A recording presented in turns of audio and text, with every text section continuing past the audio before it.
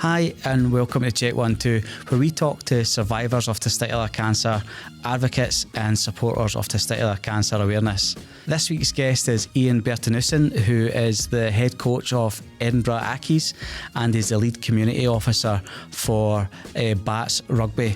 He's also a testicular cancer survivor himself and an avid Cahonas supporter.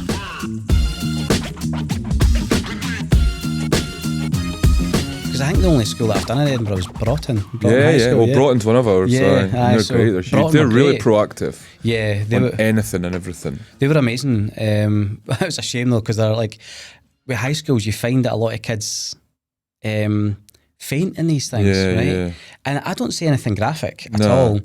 But you found over the course that, you know, they have that kind of hope. And I said that to the teacher, and I went, no, I've made sure nobody's a fainter, nobody's fainted before. Two fainted. and I really wasn't saying anything other than, hi, I'm Paul McCaffrey. You know? So, you've got that effect on people. Exactly. That's it. Just people waning at my feet. but I think that's the big thing for us, is if we can get into the schools, get that education pushed as early as we can, it really kind of works. But yeah, so this is us. So thanks very much for coming on Check 1 2. I think it's just, if we can just start with just like give your kind of like your story, who you are, what you do, that'd be great. Yeah, so Iain Berthinussen, most people call me Bertie for obvious reasons, so please do. East Lothian, live in East Lothian, work in Edinburgh. Backstory of me, avid rugby supporter, fan, involved in rugby, you know, all the time, really, to be honest. Coach through my job, coach a senior side in Edinburgh as well, and just you know, generally sport lover, got diagnosed with testicular cancer in August 2021. Try to remember the dates now. Time has flown by since then, to be honest. So yeah, that's kind of the crux of me. Yeah. So kind of going back to that year, that kind of August 2021, you know, how did you come across the fact that you had testicular cancer? Was it something that you had checked for previously, or what? I'll be honest. It's not something that I'd been massively aware of. I think the sort of 4, 5, 6 months leading up to that August 21, I'd noticed a bit of a hardness, a firmness in one of my testicles. Was unsure if there was a lump there or not, if I'm honest. I was just a bit wary that it felt a bit different. Probably more so the firmness than anything else. And actually, I got a bit of a clip from my son, a cheeky clip in areas that you don't want to get a clip, and just had a bit of pain that would normally go quite quickly that didn't, right. And it stayed, and that just was probably the catalyst for me thinking, I should probably get this checked out for sure. So it's funny because I talk about that in my talks about, like, I think there's this myth surrounding testicular cancer, taking a clip in the balls is going to cause it. But I always say that the likelihood is it's going to direct you to the fact that there is a problem. And, totally. And that was certainly something for you. So when you kind of, you found that pain didn't go away, did you phone the doctors right away, or were you kind of hesitant? Yeah, look, because I was aware, I mean, I wouldn't say I phoned right away, as you do as a man. Sometimes you're a bit nervous about these things, but I phoned pretty quickly. I was pretty keen to get it checked out, one way or the other, and I got seen pretty quickly by the doctor's surgery back home, and you know, and to be fair, that process from there on was pretty quick. I think within 4 or 5 days I was in to get an ultrasound at the local community hospital, and that was probably the time that you kind of think, when I was leaving after the ultrasound, the lovely nurse who was the assistant there sort of reiterated the point of, make sure you follow up on this, and made a real point to reiterate that 2 or 3 times, and that was kind of maybe the one where I thought, I think there's maybe something wrong here. And then that afternoon, I had the ultrasound that morning. That afternoon, I had a phone call from the doctor's surgery to go in and speak to the doctor, which I was pretty. Again, I was pretty relaxed about. I just needed to organise, make sure my wife was home so I could go in to look after the kids, blah blah. And I think they phoned back to say, "Oh, could you bring your wife with you?" And you're like, right, okay, here we go. Yeah. There's definitely something there. And that was probably it. And I was quite relaxed about it. Like I say, I said, well, it'd be easier if she maybe just, stayed here. And looked. No, they were like, no, make sure your wife comes with you. And so luckily, we got the kids in to stay with a friend and headed along. And that was kind of the start of it all officially, knowing that, I there was something wrong there. It looked like it was testicular cancer, and we're going to refer you on to the specialists and get it looked at from there. So it's funny that you had that thought kind of right away. When like the ultrasound, the nurses said, "No, can I call back?" Calling back to my experience, I had you'll know yourself, you've dropped your trousers for the doctor, think, oh, I'll just do this. So when I went into my ultrasound, I just dropped my trousers and had this wild experience of the woman shouting saying, I need a chaperone, and I was like, oh, oops. And as I went to pull up my trousers, the chaperone came in and it was just get on the bed. But because of all that, when she said to me, like, listen, you're going to go back along and speak to the consultant. I didn't click. I was just so caught up in my head of the fact that I've just stripped off and I shouldn't have, and somebody's seen my butt, totally. Went back round and me and my wife were just laughing about it. And then because she came to my appointment, and then it was like, oh, okay, I've got testicular cancer, right? I missed that this was the reason why I was here. So the fact that you had the wherewithal to click, no, there was something. Yeah, no, look, there was definitely, and I would say there's a period, probably from leaving the doctor's surgery to, I think, I can't remember the timeline exactly, but, again, it was very quick to seeing the specialist, where I was kind of left with that pang of, we'll make an appointment for you with a specialist and we'll need to do some scans to see if there's spread. And that was probably the thing that just was like, oh, right, okay, there may be more than just, my testicle. Right, okay. And that was probably I had to process that part a little bit. I spent a couple hours walking along the beach. We live close to the beach, just myself that evening, just to process. And I think that part, I'll be honest, it probably hit me pretty hard. Right. And I was left in a period of time of like 3-4 days before going in to see a specialist, where you were unsure about what was going. But then as soon as, I entered that environment and, met up with the specialist, who's a female again, it was very matter of fact, really factual about, chances, of it all being okay and everything. And it was really reassuring, really, really good to hear. Mm-hmm. And that was even before we'd been for scans and more, tests and stuff like that. So, yeah. Yeah. So what age were you when you were diagnosed then? Oh, right. So that would be 38. Right. Yeah, I'm 40 now, so 38, yeah. So you're 38. Yeah, and roughly 37, 38, yeah. Clearly, like, you've been really fit, like throughout your kind of, your young life and adult life. How did that affect you? You're saying that, when you're walking along the beach and you're thinking, right, I've got to go through this. You've had this lifetime of playing sports, avid sport fan, playing rugby, cycling as well. Yeah. So... How did you reconcile what was going to happen to you with your kind of fitness maybe being at jeopardy there? Yeah, look, I think I probably needed that period of time just on my own to process it. But as soon as I'd kind of, I suppose, processed that in my head, that look, I need to now wait until I've seen a specialist, and there's no point in jumping ahead into something we don't know anything about yet. And that's probably the mindset I had all the way through it. Mm-hmm. Just trying to be matter of fact, really positive. I did not Google I just stayed away from all of that. And I think that was really important as well. I was just really, took on board what the professionals in those fields were telling me. And I just wanted to stay really, really positive in and around it as much as I possibly could. Try and just live as normally as I possibly could.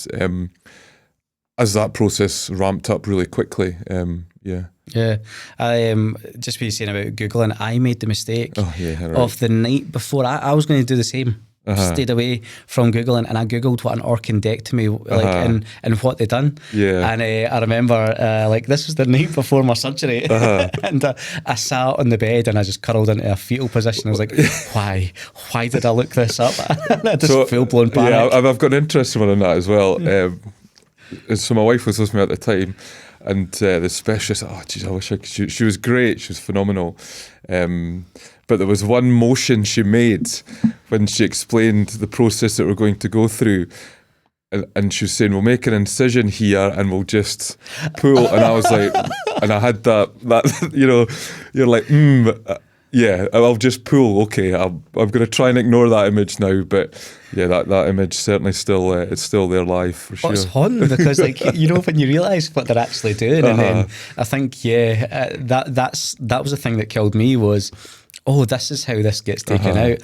I naively thought, testicular cancer would be through the scrotum. I thought, they just go in, cut it in, cut it out. No. I didn't realise it was all the tubing came with it, and I was just lying in bed going, why did I make a mistake? I feel for you with doing that for sure. It was wild, honest to God. But so you've had your surgery, and where did you go for your treatment? So I went to Livingston to St John's. Basically, I said I'd go anywhere. I could be mobile as quickly as possible. I think they wanted to have it removed within 3 weeks. So I think it was just under that. So I went through to St John's and Livingston there. Probably the abiding memory is waking up,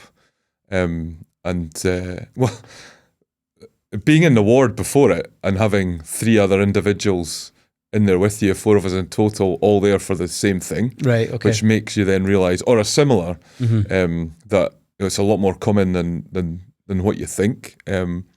Having conversations with some of those guys as you're waiting to try and, relax yourself and get going. Finding out that some of them have sat on stuff for years. Oh, really? Yeah, years. And it turns out, it's maybe not cancerous or maybe that, but there's still, that process is still happening, but they still sat on something. So really pleased that, number one, I've acted on it and found it, from what we found out, really early. But just really wanting to get in there, but inevitably being 4 off 4 instead of 1 off 4, so the last in the day, and thinking, well, great, I'll get home, and then waking up, and I've had a few operations in my time, but that was probably, and I don't know what you were like, but I don't know whether it was like nerval or something telepathic or whatever, in the knowledge that you've lost a part of your body, but for about 2 or 3 hours after the operation, I was just really.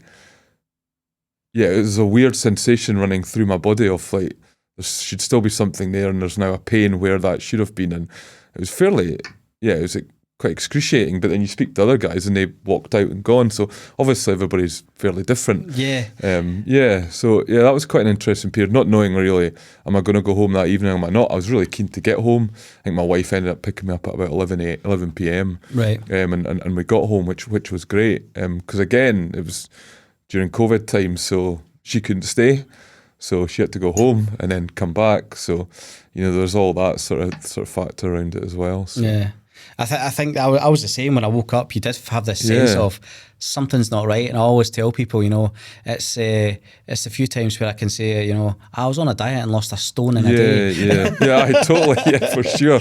Well, and then it was, I think like 2 or 3 hours later, bang, just fine. Mm-hmm. Yeah, it was really, really weird feeling, sensation. Not sure what it was, if I'm honest. Oh, no, honestly, I totally understand and get it. I was unfortunate I had to stay in overnight. That was a wild ride, obviously, because they're pumping you full of full of drugs as well, to kind of stop that pain. But my surgeon, so I went in for my surgery.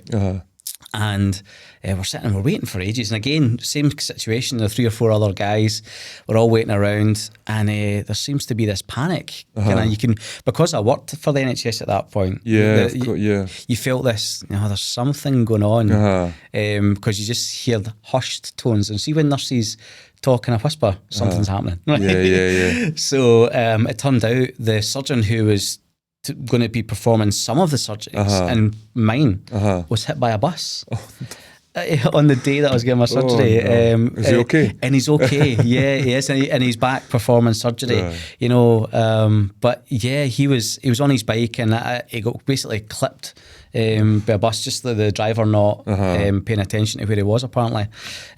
So you can imagine that day. But thankfully, because of what my surgery was for, they were like, no, like you're still going to get. And the guy who performed my surgery was the surgeon was a lovely guy. So, but it's just funny, like, you have all these weird wee instances, like when you're going through something quite major, and there's still these weird happenings within that. So yeah, it's a bizarre experience. No, definitely, for sure. So having so you had the 2 kids at the time, So Archie, who will be 8 in a couple of months. We'll start December, and Rosie will be 3 at the end of November now. So I had both Archie and Rosie at that time. So like for me, the decisions you make, do you get a prosthetic in?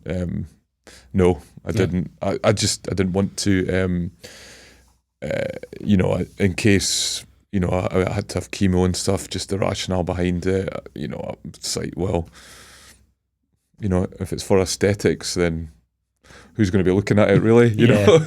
So I was okay with that, those sort of things along there, luckily, we had already had Archie and Rosie and with our family, so it was really simple decisions for me sort of after that, really. It hadn't spread to anywhere else before the surgery, so they were pretty happy just with that removal, and then see where they go from there. So going through that though with 2 kids, COVID, then going through quite an invasive surgery, as well as having in the middle of a pandemic. And then did you get chemo? You got chemo? Yeah. So I wasn't really sure whether to or not, but I also have colitis, which I've had for quite an extended period of time and will have. And because of the type of drugs I was on for that, I would maybe have, if I had to get chemo further down the line, I would have had to come off those drugs for an extended period. So that could have created complications there. So the type of chemo that they said I could take, it was 1 dose. I wouldn't have to come off the medication I was on. I think it made the chances of returning 3%. I was just like, look, let's go for that. Not taking chemotherapy lightly in any way. It was not a great experience, but I'm glad I made that decision for that, so that there wasn't an impact elsewhere. Yeah, it's interesting as well, because obviously, what we're trying to do with this podcast, and we talk to guys, everybody's got their unique experience, and I think that's what helps, especially the kind of conversation around testicular cancer anyway, but to kind of have that as another thing. Like, I wasn't aware that, you couldn't get, chemo on certain medications, and you'd have to, so to be off that and make the decision you did, obviously it worked out amazingly for you. So how were the kids with you, like, during that? Obviously the wee one was probably 2 wee. I mean, she was too wee to really to know, and I wasn't really away for that long. I wasn't away for a day really. In your back, and I was in bed for a little bit, but nothing major. You really want to get going. You're fairly ginger because things have changed. You're fairly gingerly walking around and stuff. And I did have, my work were great. I had an extended period off where it was just concentrating on the admin side of things, and the guys I work with were phenomenal, and they just picked up all the slack and kept going. So I had a really relaxed environment in terms of that side of stuff, so that kind of made it really easy for us. I think Archie was just getting back to school, so he ended up being away for a lot of it, the first part of it in the build up to the operation. My wife is a teacher, so she was off. So we kind of had that network around quite a fair bit as well, which did really make it pretty easy in that sense. I was really lucky. Yeah. And how was your wife through all that? Obviously very supportive. So supportive, like just an absolute rock through it all, to be honest. I think she has been with everything, and just very positive and a real positive outlook on everything, and trying to stay in that positive mindset that I had with it all, and just looking after the family and making sure things were right and going, and that all I had to do was concentrate on recovering, and make that as easy as possible. Although you don't want to miss too much, so I was involved pretty quickly again in day-to-day life. So, but no, she's an absolute rock with it all, so for sure. Yeah. And then back to coaching, work and all that type of thing? Yeah. So took a while to get back into it because COVID was still floating around, and so I had to wait an extended period. I think I ended up getting chemotherapy in October. So there's a bit of a time gap between surgery, recovery, make sure everything had healed and all went well, to then making that decision to have chemotherapy.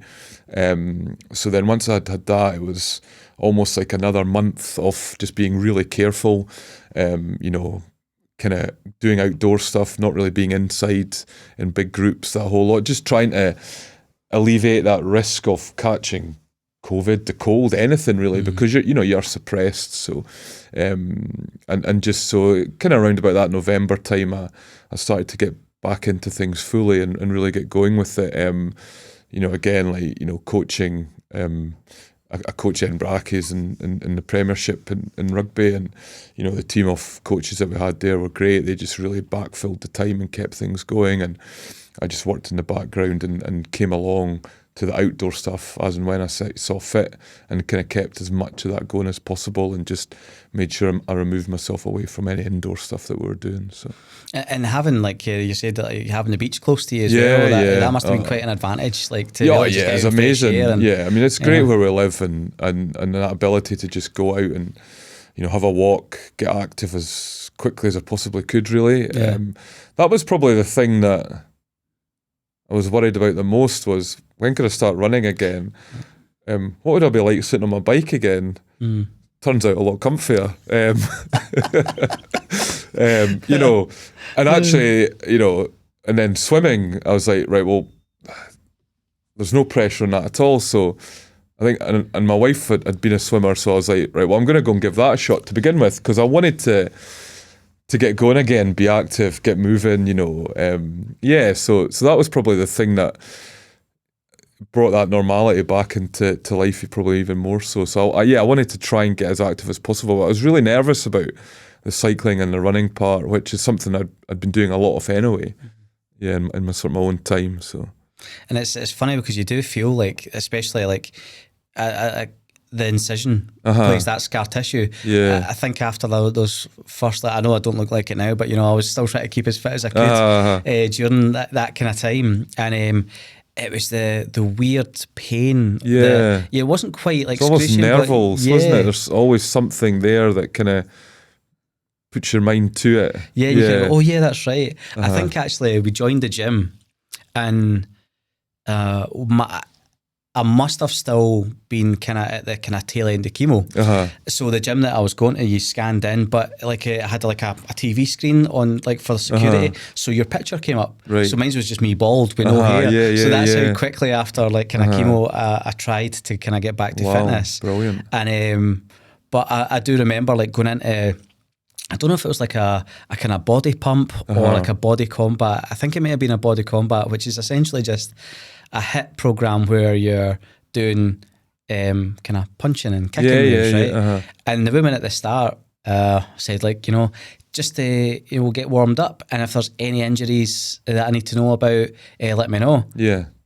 I didn't even give it a thought. I was like, no, I'm fine. And then halfway during the class, we done something that was a core workout, so you can imagine. So I'd done this, and I went, oh yeah, I've got a 10-inch incision. Totally. And I had to and I felt a bit sick, so I had to excuse myself. And at the end she came up, she went, are you all right? I was like, actually, I only had like surgery maybe like 5 or 6 months ago. Wow. Yeah, and she was like, you should have told me. I was like, I just forgot. And my wife never lets me live that down. It's like, I can't believe you forgot to mention.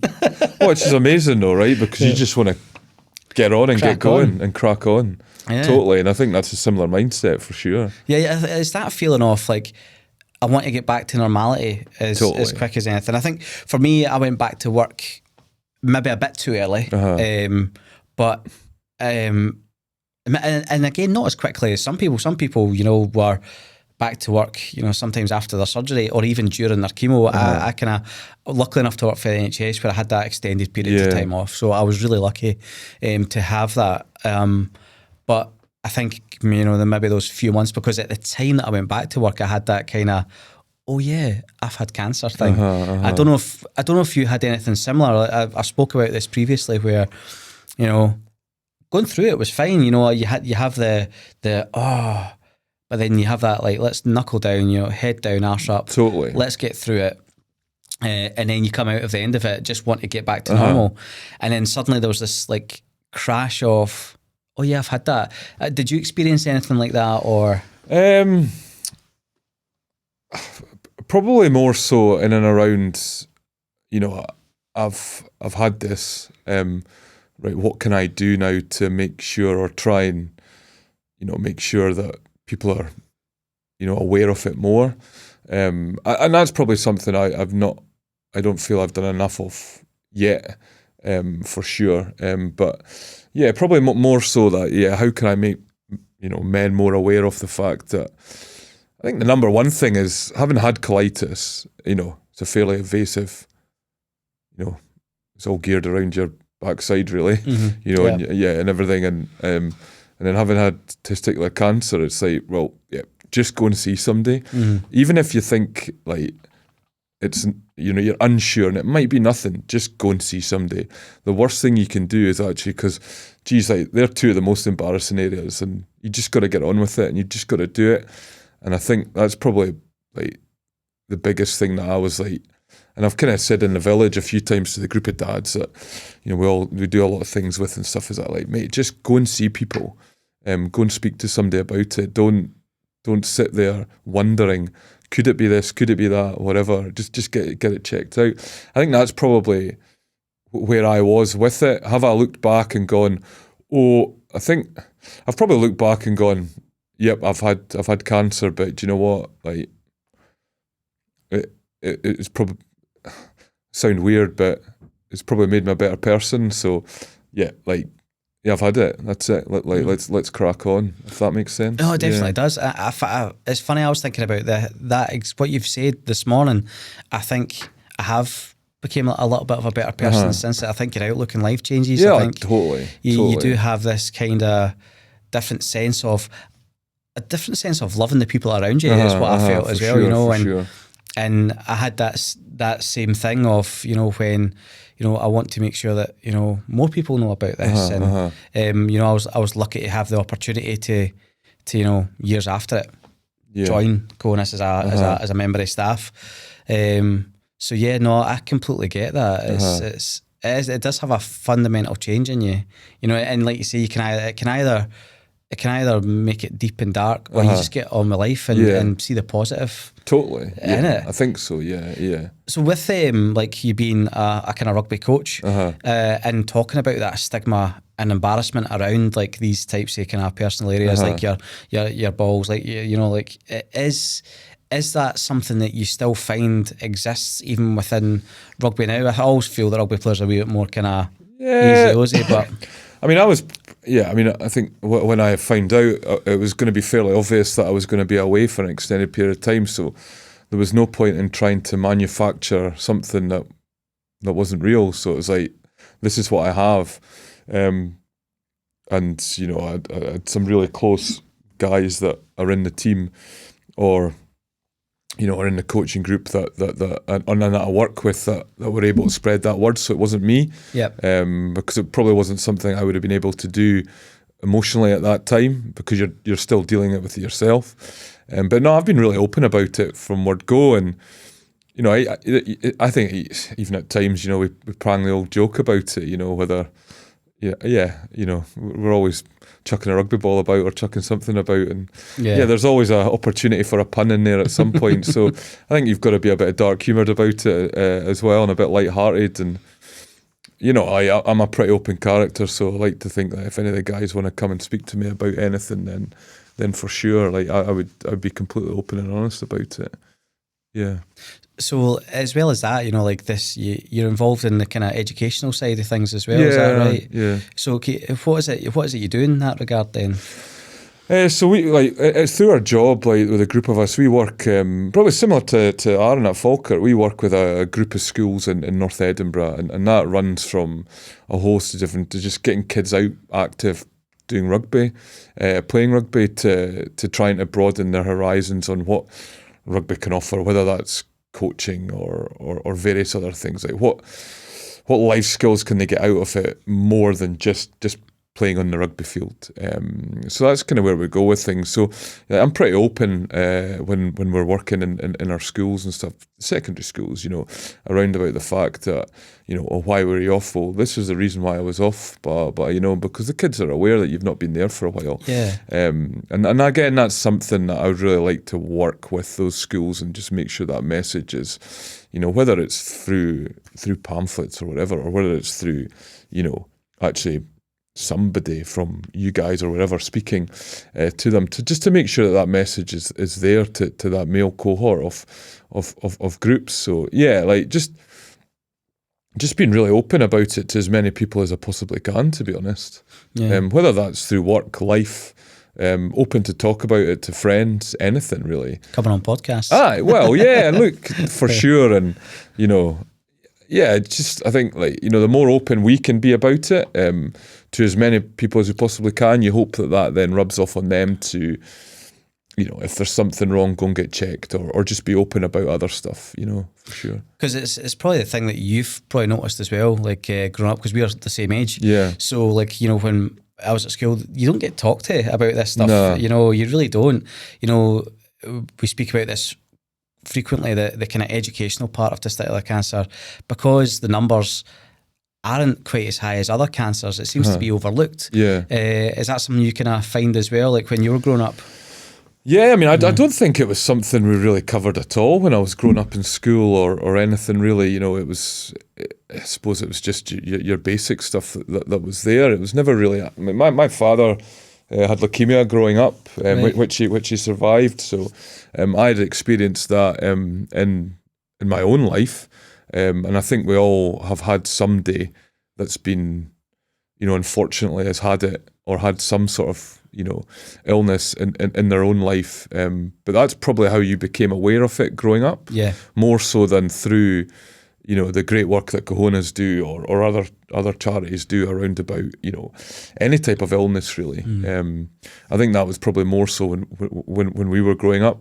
Whereas now there is that openness to, you know, have people in to various different venues and talk about it and just be really open about what we should be looking for, you know, or what you should be looking for, and that it's okay to go and talk to and find out what's going on. So, yeah. I think, like, through my experience of kind of going out and doing the talks at some high schools in the last year, kids are really open and receptive to the idea, you know. Totally. Like you had talked about, you know, before, you know, you do get the occasional fainter, but but they're really open to it, and like you think that it's going to be this wild, you know, almost chaotic, you know, laughter when you talk about things, but actually they're great. And see some of the questions that you get off these young people, it's really, really insightful.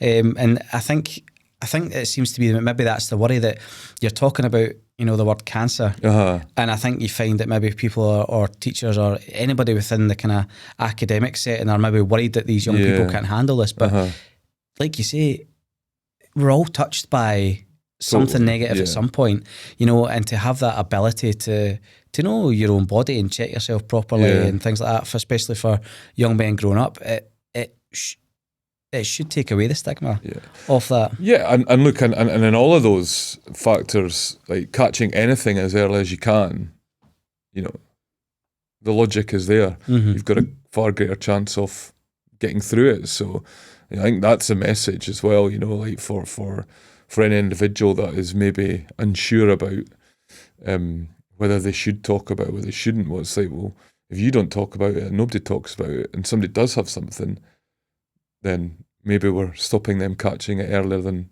they might. Yeah. So see, obviously you've been an avid supporter at Cahonas, and you've done a massive big challenge. How did you come across Cahonas first? It was really actually during, probably, I say I didn't Google, it was probably the only thing I searched for was just to get a bit of like an idea of, before I went into like, am I checking myself properly?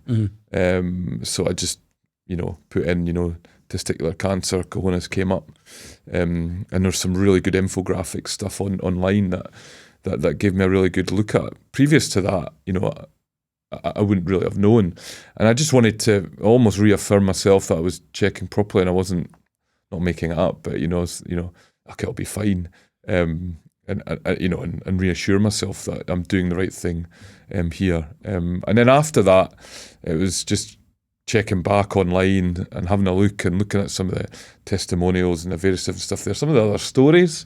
It was good to hear, intrigued about other people and their stories. Came to meet you guys, met Todd, you get those stories from other people yourself, and what they went through, and there's similarities, there's differences, but there's similarities, and you can then talk about it, which I think was really important. And those sort of things were probably things in the background that really helped me get through that period of time, which then led to me thinking, well, how do I get active again? Because I really enjoy it. I think physically and mentally, it's good for me, good for anybody, but I find it's really good for me. Well, what better way than to have a challenge or set yourself a challenge, and then that means you have to go and do something, and get yourself back into that space. So yeah, that's kind of where I ran with it. Various bits. So, but it's amazing that you reached out, and obviously Richie picked up that message, and you obviously done like quite a big physical challenge to help raise not just awareness, but you help raise some funds for Cahonas to kind of keep going out there and do that. Can you just explain to people what it is you managed to do? So like we talked about earlier, I was unsure what it'd be like running. I was unsure what it'd be like on the bike, on the road bike or the mountain bike again. But what I did know was that I could go to a pool and I could go and swim. And when I talk, I could go and swim, I'm like, I could do 100 metres and I'd have to stop for 3-4 minutes because I'd be absolutely broken. Because it's just so different. I take my hat off to anybody that can just be in there for an extended period. So then I just gradually was like, I'm actually quite enjoying this. So I started swimming a bit more, a couple of times a week, and built myself up, and got myself up to like 750 metres, 1,000 metres, which I thought was really good. Then the dose of reality from my wife was like, I could do that in half the time. It's pretty easy. I was like, right, okay, don't rub it in too much. And then I got back running again. And I suppose the swimming element built my confidence, got back running again. And again felt pretty good, and probably the most nervous one was getting on the bike, but yeah, it was actually quite comfy. So it made life a bit easier, if I'm honest. So and more aerodynamic. Yeah, totally. Yeah, I could get myself lower, and don't have to come out of my seat quite as much. But so then I started thinking, what could I do? Because I was coming to the year, hitting to the August time, and I was thinking, what could I do? And I started looking back, and it was roughly 20 days from, I suppose, when I left the doctor's surgery to when I was originally told, to when I had my testicle removed, which I was blown away by, if I'm honest. I think, it's amazing that in 20 days you can be, and the tumour can be gone. Yeah. And I thought that was great. So I was like, right, well, what could I do for? And then I just came up with it. I was like, swimming's been good. And I just thought, well, a triathlon's got all three of those elements to it. I don't think I'd be able to do a triathlon a day for 20 days. But then I started looking at all the different,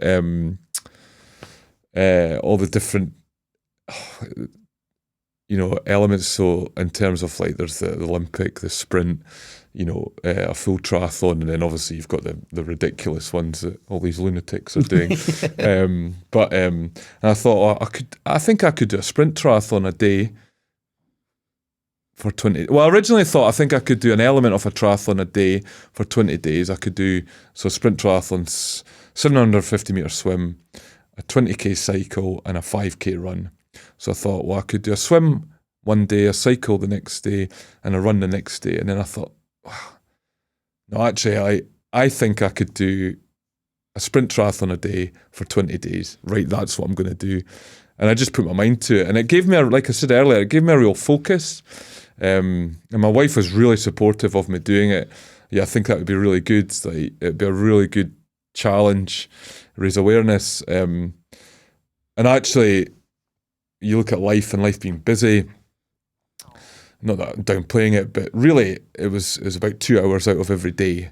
So you either get up early or you keep doing it late at night. I think about half of them I did properly. So like, as in started with this, or I ran to the pool, which was 5k from my house. I was really lucky. Right. Okay, it just turned out it was 5k from my house. I would swim, and then I'd get picked up and I'd go out my bike, or I would cycle to the pool, boom, boom. And I tried to do as many as I could properly. So, they were all in a line. But some days I would do this swim and the run in the morning and the cycle at night, or swim and a run. And actually the cycle to my work was roughly 20k. Right. So I could do that. So I tried to just get it into my everyday life as much as I possibly could. So it wasn't something that was, because I was really aware that once you put something like that out, you've got to complete it. But I loved it. Yeah. It was amazing. And it gave me a real sense of, a challenge, and, that, yeah, I can get back to, because you're unsure, I can get back to really enjoying going for a run, doing all the things I was doing previously to having cancer, for sure. Yeah, and there's some interesting ones, like, because at the start of it, when I first started, my wife was still on holiday. There were no rugby games on a Saturday, so it was really easy. As I got halfway through it, my wife went back to school, so schools had started. Pre-season games had started. I think one of them, I got up and I swam up Portobello pool in the morning, not the sea, the pool. I was not going in the sea. In the pool in the morning at like opening time at 7 a.m. I drove up to Inverness because we'd play Highland in pre-season game on the Saturday. I then went after the game. I went for a run with one of my coaches, Roscoe, along the canal, and it was like 20 degrees in Inverness. It was amazing. It was great. Mm-hmm. And then I was driving back down the road, and I was thinking I'm going to get home at 9:30. I was like, I've not done my cycle today. So I was out at 9:30 doing the cycle, but it was amazing, and it just gave me a real sense of, and just I think I had 2 wet days, so really lucky. Had real good weather, so that made it. So getting up early to go and complete it. Well, sun shining, lovely day. You're at the coast. Really tactical in terms of most of my cycling was done at sea level. Right. So I didn't go into the hills much. My brother came to complete one with me on the Saturday. Which was great. I had another friend in the village, Ross, who came and completed one with me the following weekend. So there was elements there that, people were keen to get involved as well. My wife came and did a swimming leg with me, although she was waiting for quite a while for me to finish.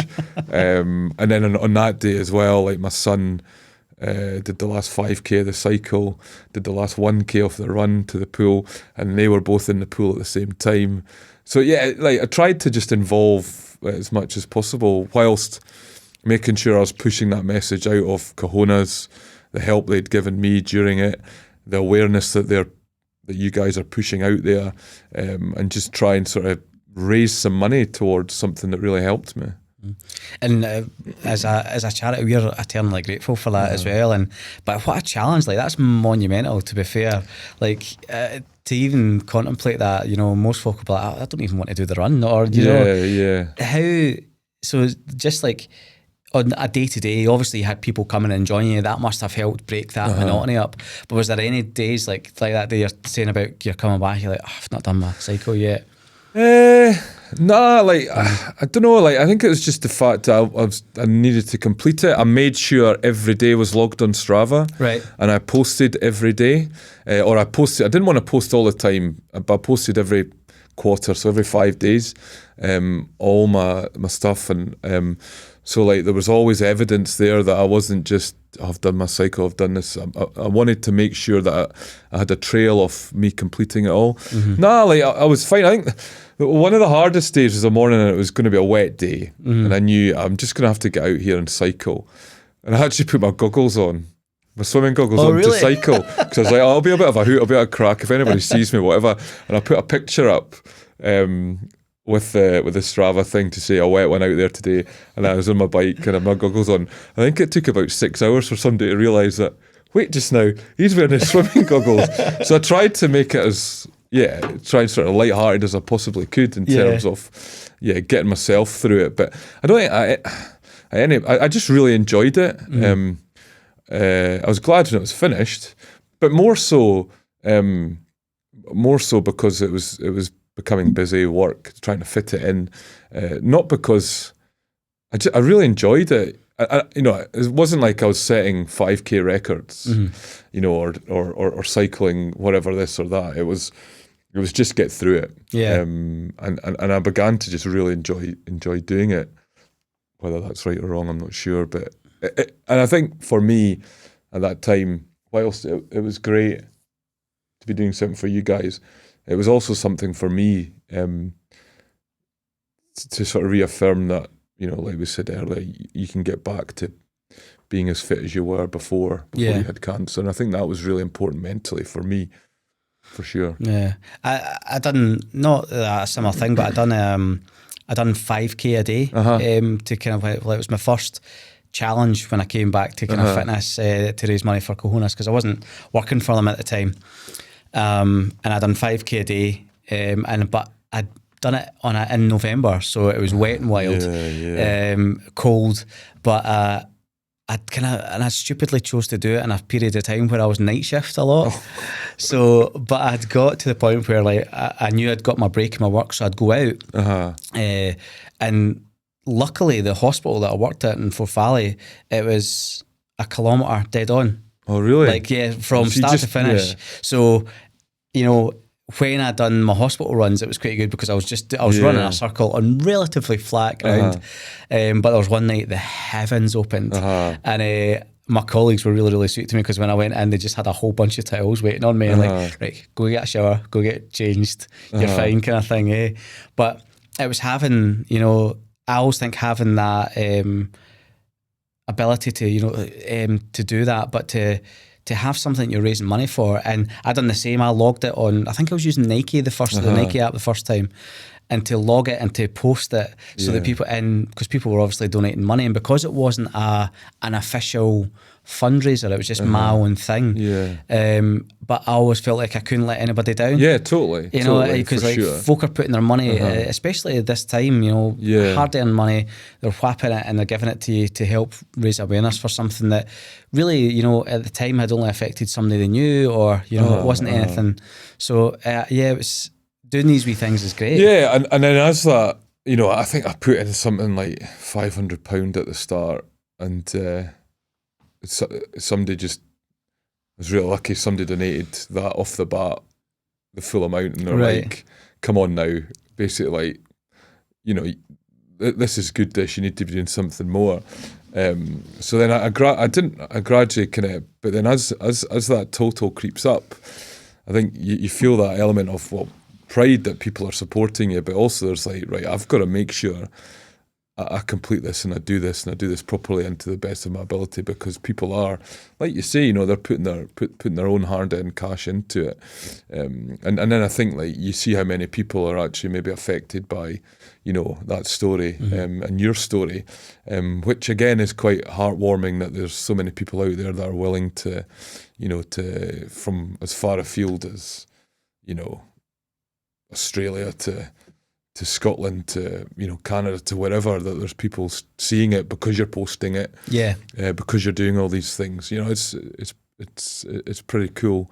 And again, I think that gives you a bit of a boost, that you're doing the right thing and you're going to get through it. Even on those wet days and whatever. If there's ever that period where you're maybe not enjoying it. Not sure it would have been the same if it was December or January or whatever. So I definitely picked the right time of year. Certainly did. But yeah, it was brilliant. Loved it. I think for me as well, I had this thing on the Nike app. So where if you're posting that you started your run, you if somebody like gave you a notification on your run, you'd hear a nice.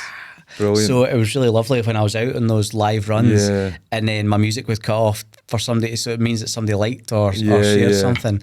So it kind of spurred you on. It made your legs feel a little bit lighter.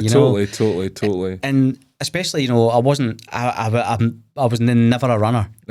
So to be doing 5K every day at that point, I'd done another one where I'd done 10K every day. That was a tough one. But again, I had colleagues who I worked with in intensive care. When I worked there, they were really supportive. Even had one of my colleagues came out running with me one night, just to kind of do a few of the kilometres with me.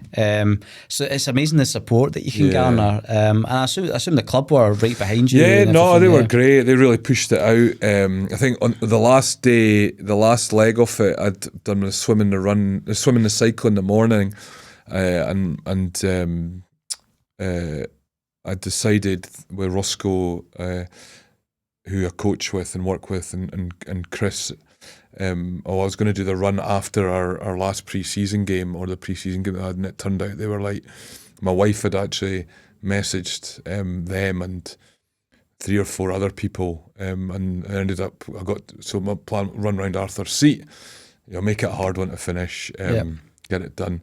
And there's I think there's 7 or 8 of us ended up running around Arthur's Seat together, and it was just, it was awesome. The sun was shining. It was great to have mates with you, finishing it off. And then at the end, my son and daughter, my niece and nephew, so my brother's kids, they had a banner for us to run through with it all on there. And it was quite an emotional time, but it was amazing to have completed that. But then to have all those folk wanting to run that last little bit with you, it was pretty cool as well. And then into the local pub for a pint and a burger. So pint. I know for sure. Oh, good.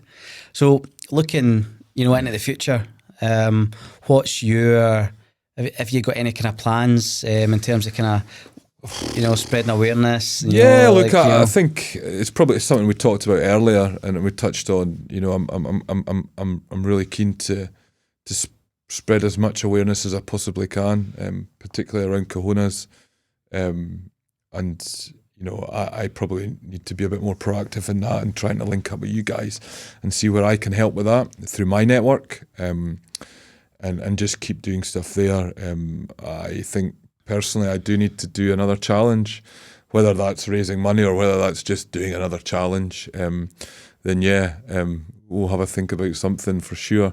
But look, definitely, I think to go through something like that and then just to forget about it and not try and spread the word to other people about, it's just, I don't want to downplay again, but, it's not that bad.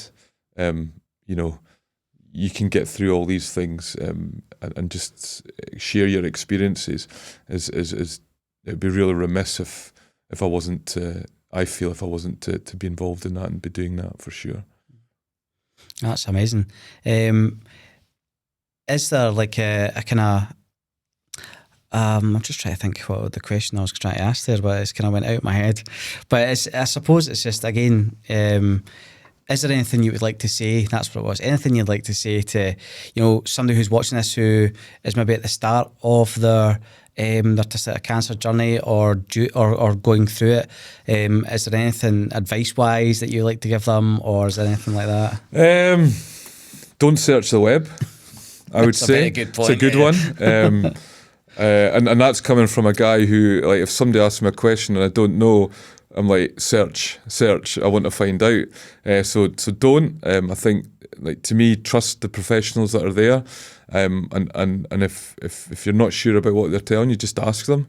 You know, they're great. You know, and probably reach out more to you guys. I looked online. I didn't reach out until after. Having met you guys, and now on a few occasions stuff, I wish I'd maybe reached out before as well. Right. I think maybe just that the conversations we've had since, you know, if I'd had maybe a couple of them before, it would have just arrested my mind even more. I think that would probably be my biggest one, you know, biggest things in there. You just and just trust that process, innit? Yeah, for sure. That's we try to kind of push that as well. We're trying to, you know, we're doing the chemo care backpacks now, and I put in a wee handwritten message, and I try to say to you guys, you know, reach out, because we're there. And I think, you know, when Richie's seen Todd and I together, then you, me and Todd together, he's very much aware that there's this little kind of unspoken bond, because we've all been through a similar experience. You know, strangers for different walks of life, but we all had so much to talk about, and it's trying to build that community so that, for sure, you know, guys know that it's all right to talk about it. To, you know, we're here as a kind of as a network as such. Yeah. No, definitely. Yeah. I still buy my coffee from Todd, so exactly. It's a great meet up in a great coffee shop. Perfect meet up. But thank you so much for coming on. And you know, if there's anybody out there who watches this and you know, kind of engages with you, engages with your story, you know, is there any kind of social media you want to put out there, or even just for the club and things like that? Yeah, just my personal stuff, really. It's at Iain Bertie on everything, so that's Instagram and Twitter, so IAINBERTI. Don't really spell anything else in there, so but yeah, or you know, even if they reach out to you guys, you know, you've got all my stuff, so yeah, really happy to speak to anybody at any time. Yeah. Right. No, thanks very much, Bertie. Awesome. Cheers. Thanks for the time. Cheers. Excellent.